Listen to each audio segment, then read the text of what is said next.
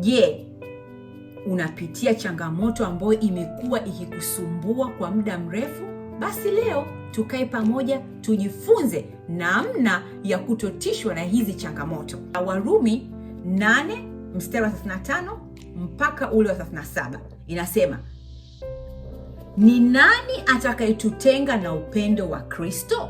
Je, ni dhiki au shida au adha au njaa au uchi au hatari au upanga? Kama ilivyoandikwa ya kwamba, kwa ajili yako tunauawa mchana kutwa, tunahesabiwa kuwa kama kondoo wa kuchinjwa.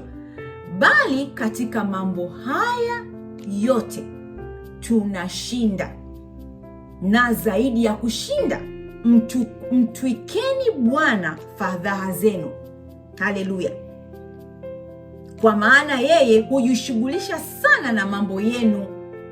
Hakukuagiza kubeba, haleluya, hakukuagiza kubeba mizigo yako au kuwa na wasiwasi juu ya hayo. Badala yake anasema msijisumbue, haleluya, kwa neno lolote, bali katika kila neno kwa kusali, kuomba pamoja na kushukuru. Katika Yoshua 1:8 neno la Mungu hujenga roho yako, kukupa kusudi, mwelekezo, kukutia moyo na kukuelimisha.